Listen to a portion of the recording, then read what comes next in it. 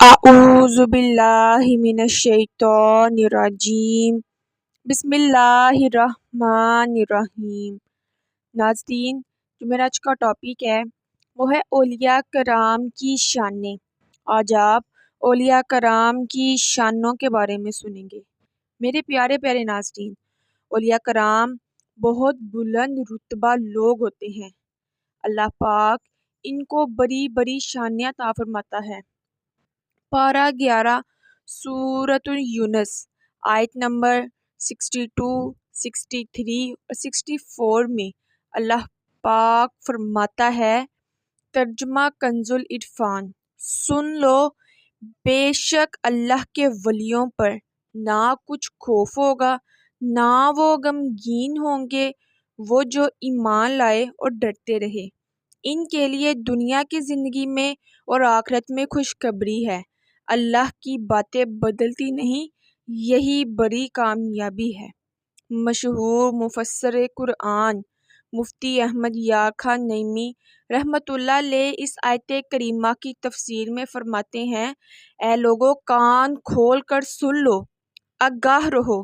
اس میں شک نہیں کہ اللہ پاک کے دوستوں، اس کے قرب کی سعادت پانے والوں کی یہ شان ہے کہ دنیا میں ان پر کسی مخلوق کا خوف، رعب اور ڈر نہیں چھاتا، کیونکہ ان کے دل اللہ پاک کے خوف سے بھرے ہوئے ہیں۔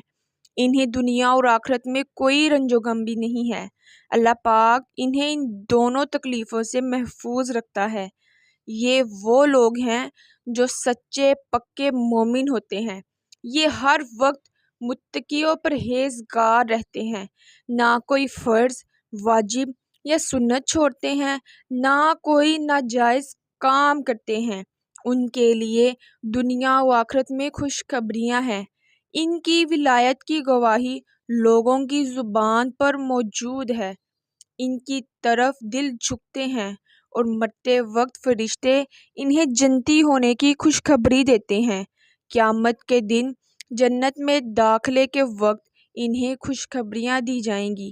یہ اللہ پاک کے وعدے ہیں جو کبھی تبدیل نہیں ہوتے۔ اے لوگو، یہ بڑی کامیابی ہے، اس کی طرف رغبت کرو۔ سبحان اللہ، ماشاء اللہ۔ پیارے پیارے ناظرین، اولیاء کرام کی کیسی نرالی شانیں ہیں۔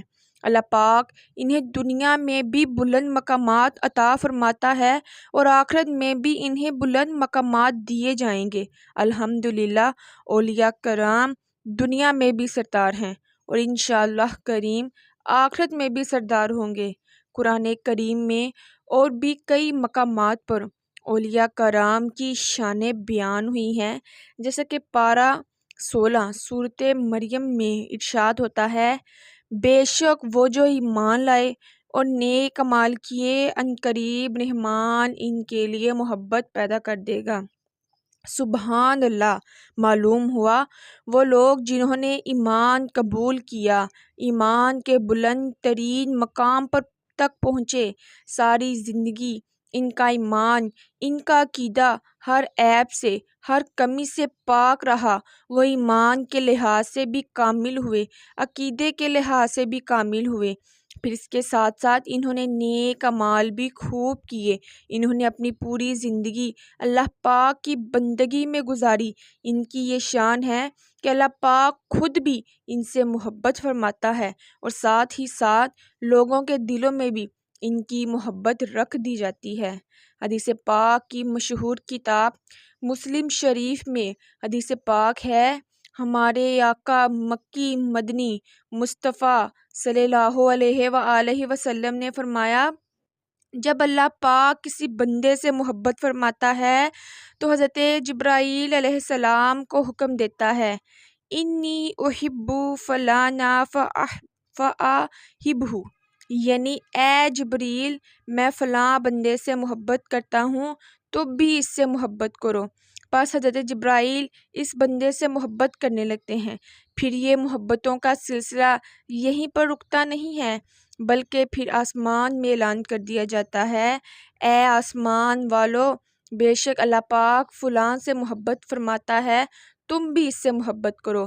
پس آسمان والے فرشتے بھی اس سے محبت کرنے لگتے ہیں۔ اب گویا سارے آسمانوں میں ولی اللہ کی محبت عام ہو جاتی ہے۔ پھر اس کے بعد کیا ہوتا ہے؟